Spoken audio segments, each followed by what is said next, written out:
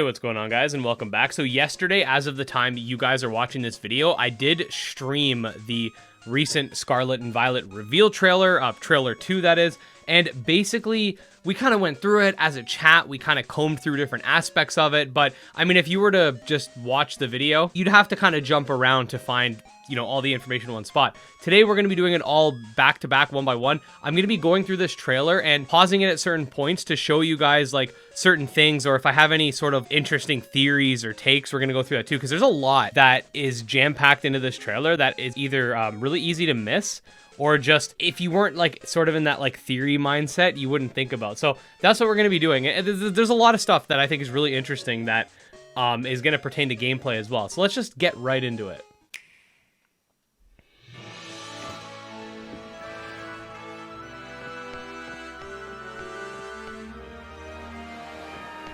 Okay, so right here, I had mentioned this during the reaction, but there isn't Pokemon centers anymore from what it seems like on the main routes. It seems that we're going to be going to Pokemon stands that will presumably have somewhere to heal, somewhere to buy, and this makes a lot of sense because if you're exploring a large, I don't know how large it's going to be, but like a decently sized, you know, open world, you don't want to have to keep going into buildings all the time to heal. So this makes a lot of sense. Temtem also has healing stands like this, and it works out really well for what it does, so... And then here we have the two different schools, or at least the emblems. What I've noticed here is on the right side, we have the grape one for Violet. On the left side, we don't get to actually see it on the building itself, but it looks like these two shots are being taken from opposite sides of the building, but reversed. So the Violet one's actually on the left and the Scarlet one's actually on the right, because you could see just by the background, like you got the tree on the left side of the Violet one, but there's nothing like that on the right side. There's something else of the Scarlet one. There's something else. So I think these two are supposed to be flipped. I don't know if both of these emblems are going to exist simultaneously in the game, or if the shots are just taken from opposite angles just to make it look good, or if it's like only one school per game. I don't know if there's going to be rivaling schools. We still don't have a lot of information on that, but just something of note.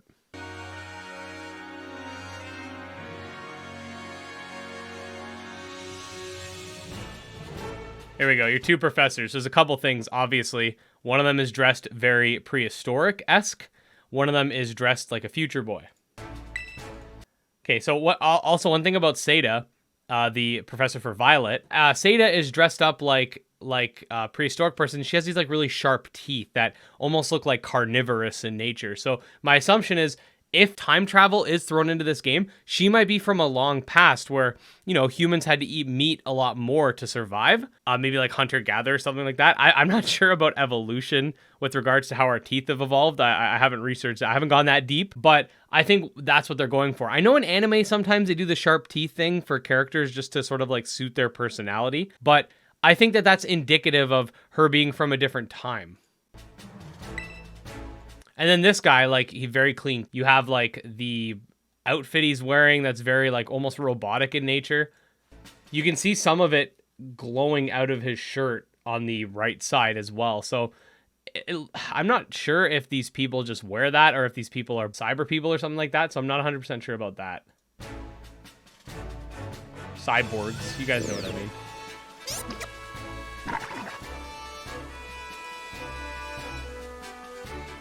And then we get the so this is a rival character for the game.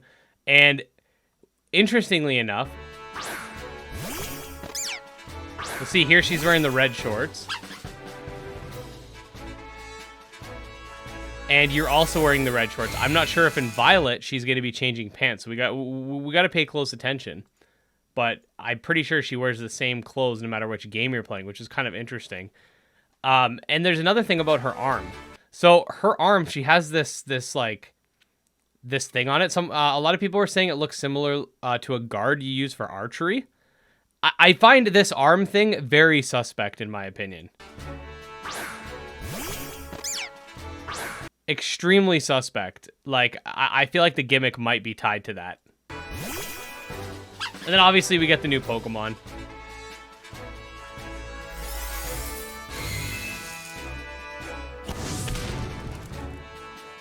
Power of science is amazing. You can connect with your friends and head out on adventures together. Another thing of note is if this guy is telling you this, that means this is probably the starting area in the game, because whenever you see one of these guys, it's generally the first town. So this might be like Route 1. And you have all your friends here. And then some people thought maybe this is confirming that following Pokemon is a thing. Very plausible. The Pokemon are all out. This could be a cutscene. We don't know. And then again, you have the Pokemon Center in the back, and it looks like there's a shop in there too.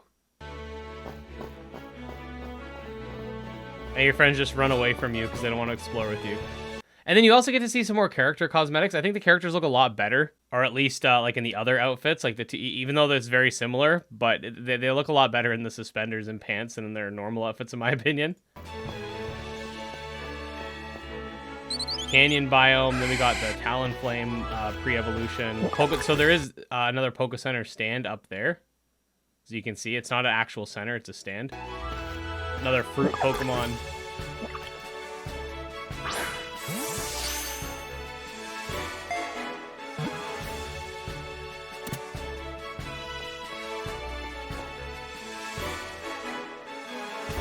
The new pig. We're going to talk about these guys in a bit.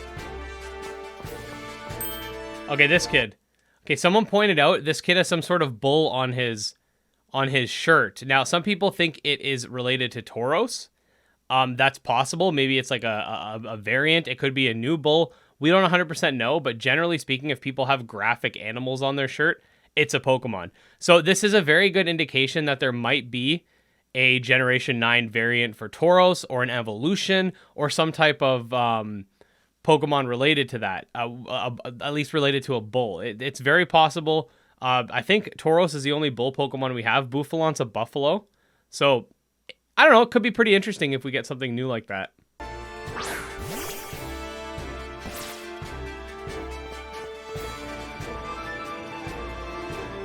So over here, we do get a much better look. So here you can see there's a shop, a Pokemart, and then there's something green on the right side, presumably the PC.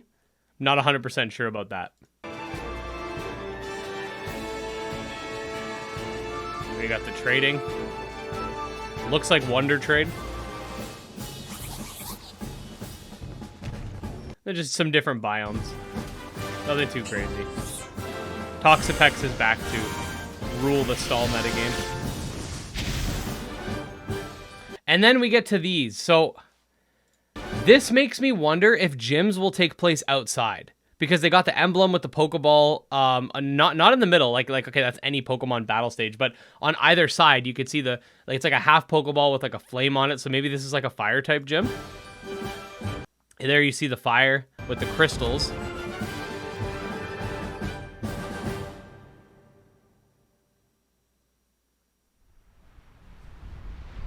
I'm going to skip a little bit here because it's just some cinematics. But here we get to see the legendaries of the game.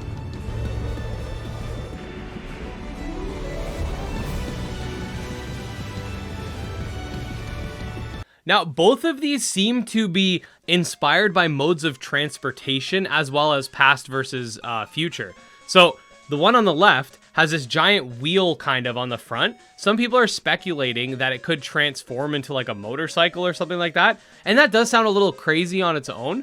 But when you look on the right side, it literally has jetpacks sticking out of its kneecaps. So I do think it's very possible that these might be like mountable creatures that you can ride around the world. Maybe, and again, this is not confirmed, but perhaps this is going to be a game that's different, and where the legendaries, you get them earlier in the game, but maybe they're like nerfed or something, and then you'll get them after. There was a leak that stated that the legendaries would be dragon fighting and dragon electric, and you can kind of see that here. Like, both are clearly dragon-esque, and the one on the right definitely looks electric. And I mean, if I were to put a secondary typing on the one on the left, I think fighting is the best one. Some might say fire, but that's purely just because of its color. It could be it does kind of look like a salamander a little bit, so it could spit out fire, but I think fire dragon, electric dragon would be worse because Black and White did that. But at least fighting dragon makes it a little more original. I'm not sure how I feel about that, because it is pretty similar. And then if you keep going, we got the box art, which looks pretty nice. And this little scene kind of interesting. So the games are coming out on November 18th, if you didn't already know. You get all these crystals, right? The Pokeball going through the crystals. So very interesting. We still haven't had the gimmick revealed to us. We don't know how these crystals are going to relate to the game's gimmick. If you remember from Lucario and the Mystery of Mew, crystals were used for those time flowers. So it's going to be very interesting to see how this ends up panning out. But over to the Pokemon website, we have, some blurbs of information. So let's go here. We already know about the first partner Pokemon. We don't really have to touch on that. But if you go to the Legendaries, we got a little bit of information about them. So Corydon and Miraidon grace the covers of Pokemon Scarlet and Violet, respectively. Corydon, or the one on the left, is a legendary Pokemon you can meet in Scarlet, and Miraidon, and if I'm mispronouncing this, forgive me, is a legendary Pokemon you can meet in Pokemon Violet. These two Pokemon are said to have powers that far surpass those of other Pokemon, but details about Corydon and Miraidon are still shrouded in mystery. I'm very intrigued by the idea of them surpassing the power of other Pokemon. Does this mean other normal Pokemon or other legendary Pokemon? Because if it's like stronger than normal Pokemon, well, that's expected. Every legendary is in frickin' Ubers. But if it's of all Pokemon, I want to see how these things can justify being more powerful than, let's say, from a lore perspective, not necessarily a gameplay perspective, than Pokemon like Dialga, Palkia, Giratina, and stuff like that. Because I think from like a more lore perspective, those are like the strongest legendaries. But obviously from a gameplay perspective, it's like Zacian and Mega Rayquaza. But from a lore perspective, if they are supposed to be more powerful than the Creation Trio, I want to see why. Then we got some new Pokemon, Palmy. Palmy is a electric type, which, I mean, with its design, I could see it going fire electric. That'd be pretty cool. Its abilities are static and natural cure. In addition to the electric sacs on its cheek, Palmy has electricity discharging organs on its forepalms. It generates electricity by rubbing its cheek and then shocks its opponent by touching them with the pads on its forepaws. Thick fur that stores electricity. Not only does the fur cover its body, making good insulation against a cold, but it also serves the purpose of storing electricity. When it feels uneasy, this cautious Pokemon will begin rubbing its cheeks, preparing itself for a discharge of electric energy. Next, we have Lechonk, which my buddy Cirque said is the laziest named Pokemon ever, but it's the Hog Pokemon. It's normal type. I want one, depending on what it evolves into. A gourmand Pokemon with an excellent nose. Lechonk uses its sense of smell to find and eat only the most fragrant wild grasses and richest berries. As a result of its dining habits, it has become to radiate an aroma resembling herbs that bug Pokemon dislike. If attacked by an opponent and startled, it will charge forward in panic. It may appear fat at a first glance, but it's all muscle. Yeah, that's what we got to keep telling ourselves. Smoliv. It rhymes with olive. Is a grass normal type. So the oil that comes out of its head has a very strong bitter taste. It is not suitable for consumption. When startled or attacked, Smoliv will shoot this oil out, slowing its opponent down, then will seize that opportunity to run.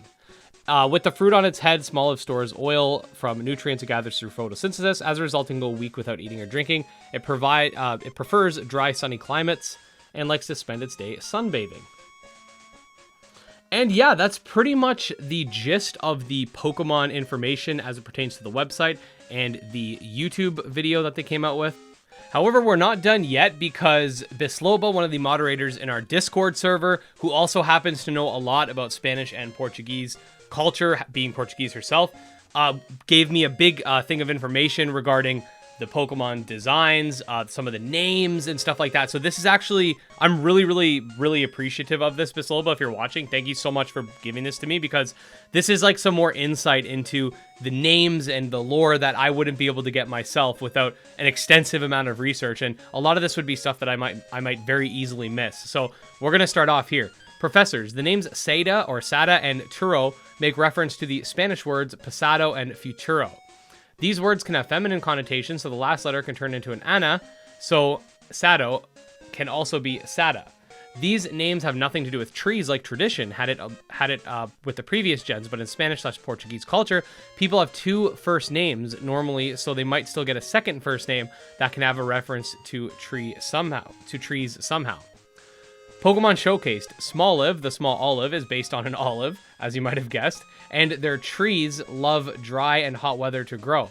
Olives is One of the things we produce, and olive oil is one of the top things we export in the biggest quantities to the rest of the world, and we use it constantly. So basically, Pokemon just being hella gimmicky again. Oh, the Spanish, Spain, Portugal, oh, olives? Let's just make an olive Pokemon, man. This is why we got a teacup in Galar.